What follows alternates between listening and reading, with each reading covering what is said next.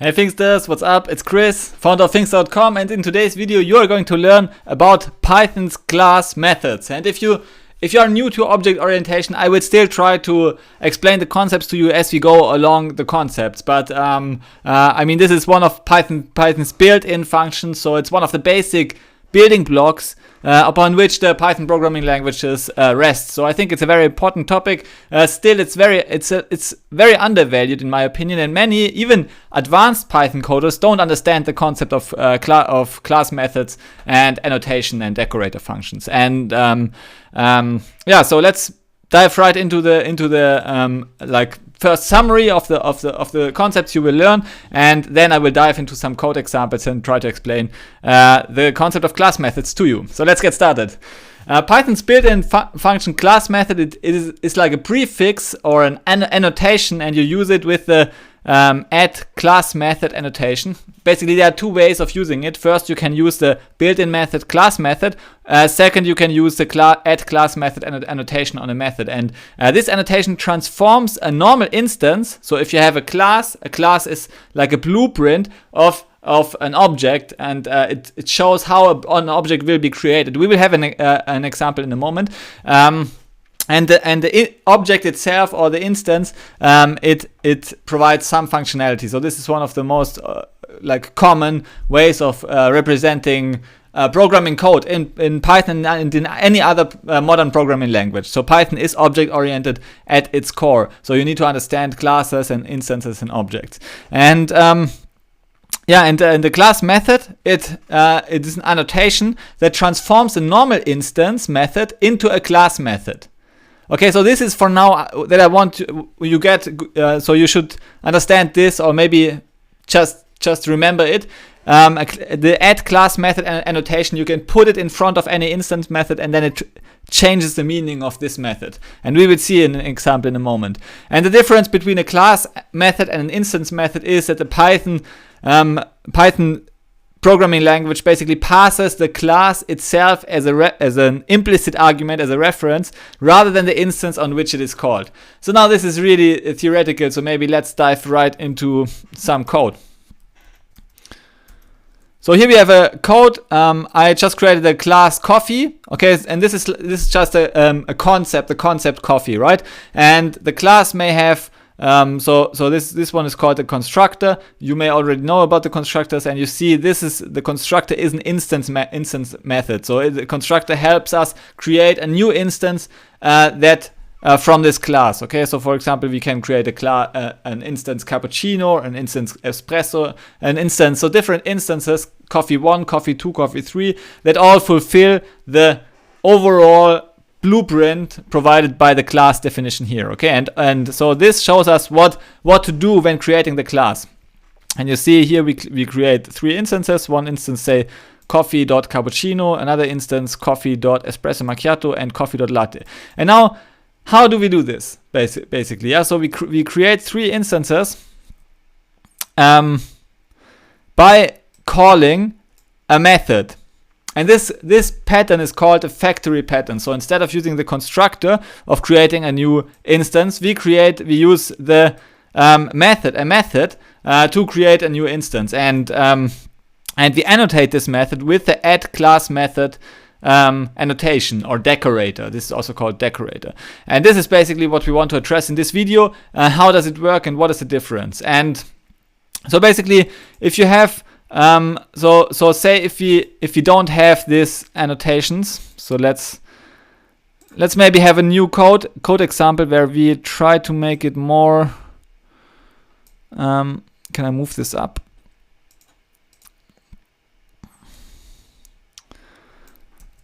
Okay, so let's play around with this so that you understand how this works basically. So now we can have an object 1, or say let's call it cup 1.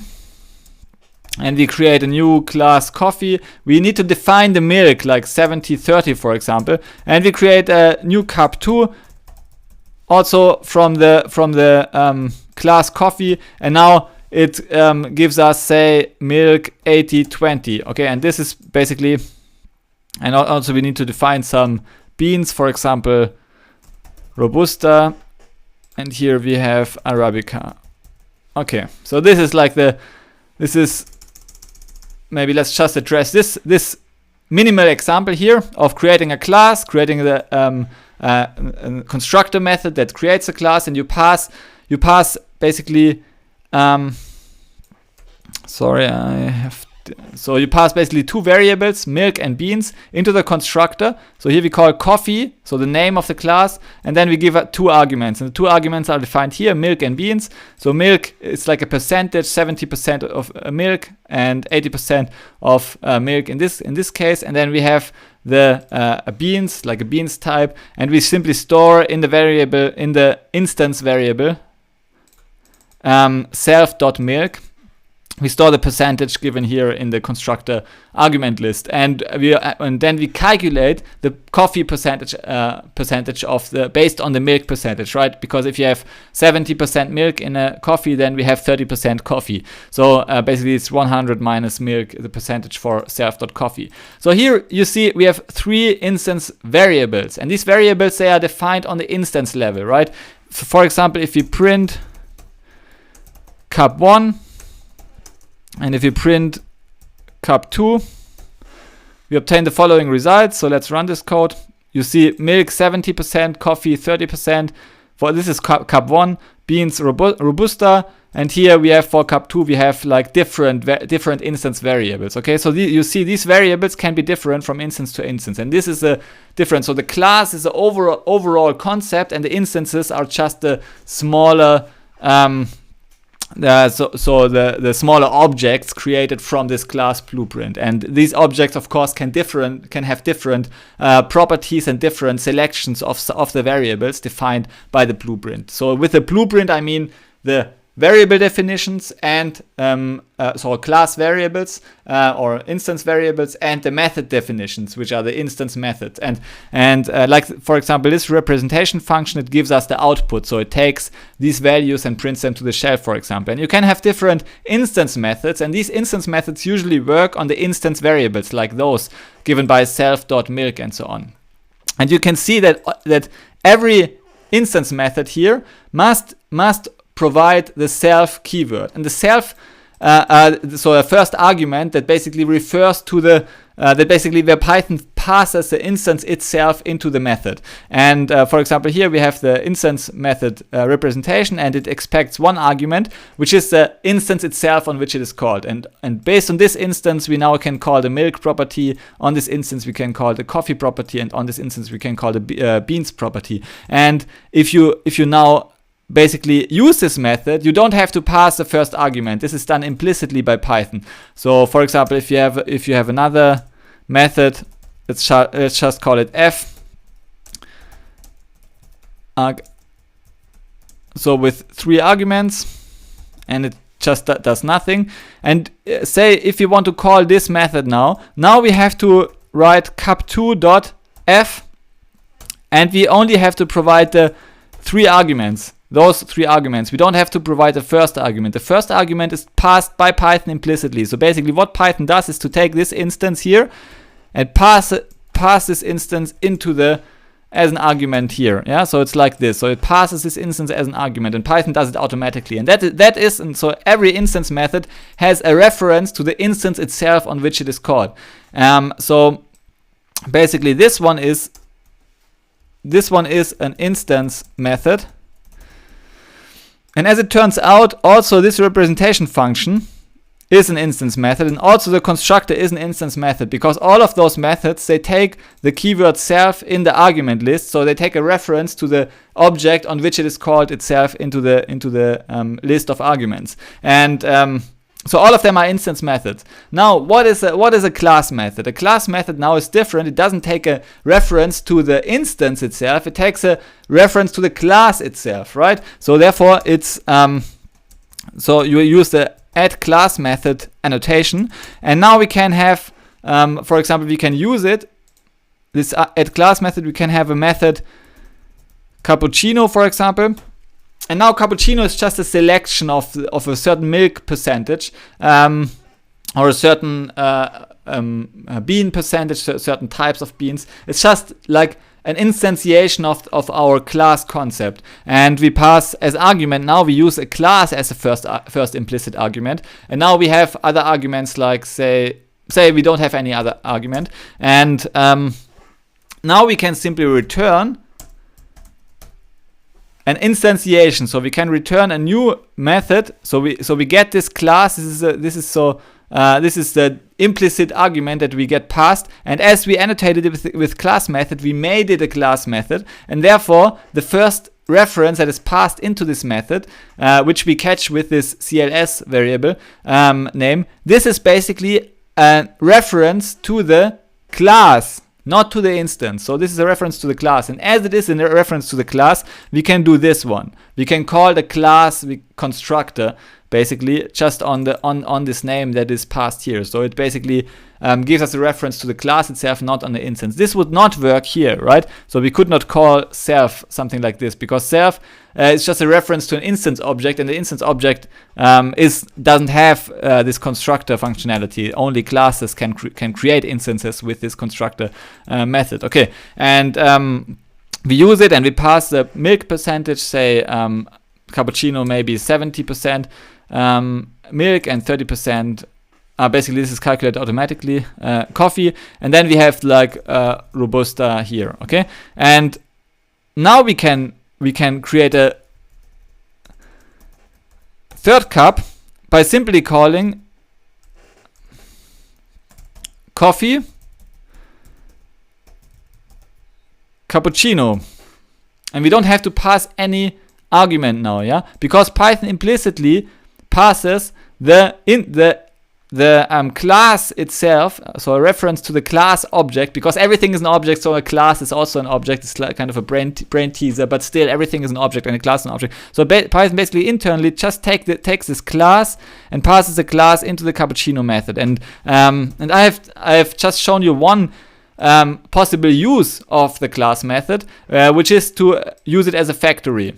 Right, so we have a helper method, cappuccino, which just creates a cappuccino, and you can have many of those helper methods.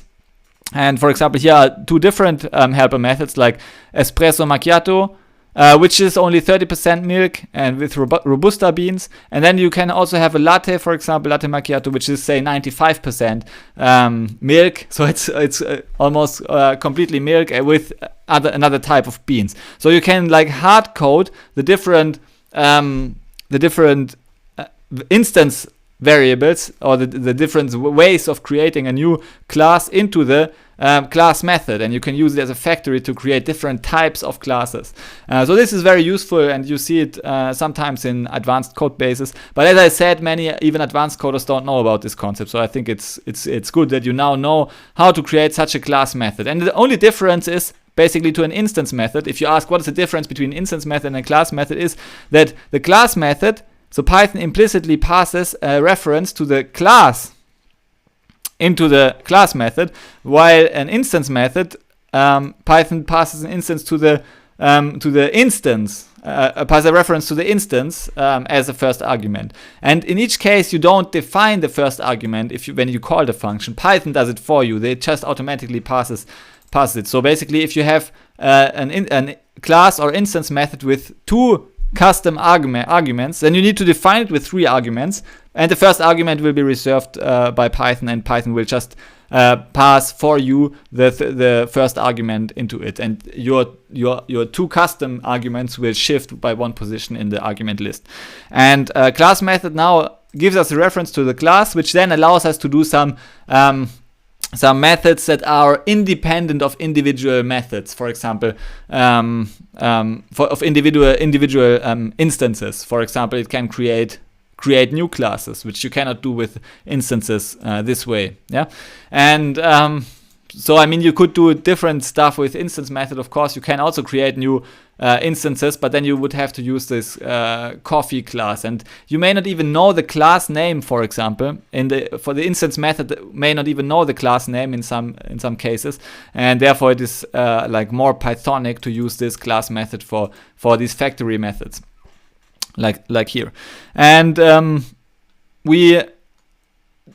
so then one common question is, so So from coders that may know Java, for example, or C++, they may know these programming languages, and they may ask, oh, okay, I know this from Java, is it the same as a static method? Not quite. It's very similar than a static method, but the static method doesn't have a reference, doesn't provide a reference to the class, right? So in Java, there's no such thing like a reference to the class itself. So if you actually want to create the same thing as a static method in Python, you need to use the static method, decorator. And the static method decorator, then you can do some say, let's call it age. And now the interesting thing,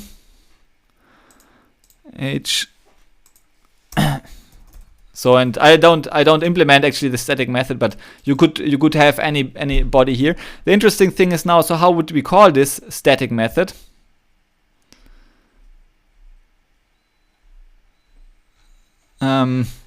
Basically, we would call it. So sorry, now I've just overwritten my code, which I didn't want to do because I want to use. I use this code in the blog article to this video, which you can also access via the description below. Okay, so you can access the static method by just having this coffee class. Basically, you write coffee and then dot, and now you can simply call age.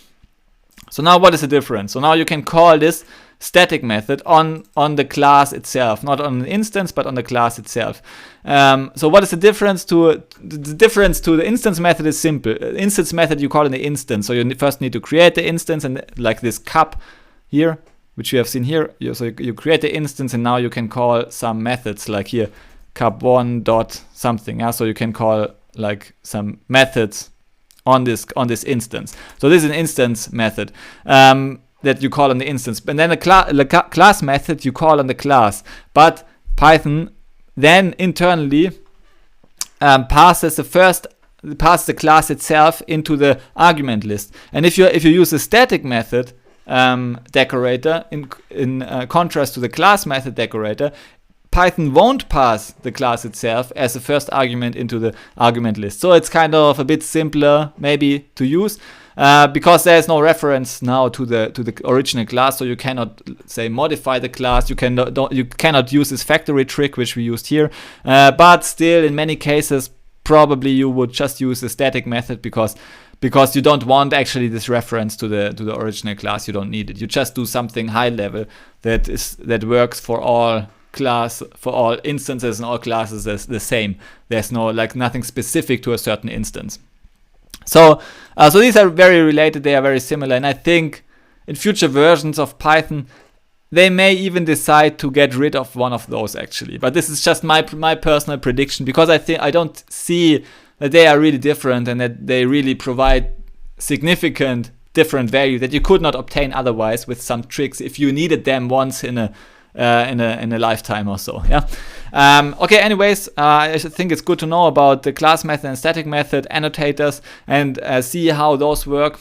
And yeah, I hope you learned something out of it. This was really an advanced topic, but I think it's useful to in an object-oriented programming language like Python to actually understand many of the details in object orientation, because sooner or later you will stumble upon those things and then you will ask yourself, oh, what is the class method? I don't really see it. And then it's good that you have already heard about this concept, and then it will quickly, it helps you grasp source code much quicker. Like if you layer these little bits of knowledge on top of each other, it will really, your code understanding skills will just explode.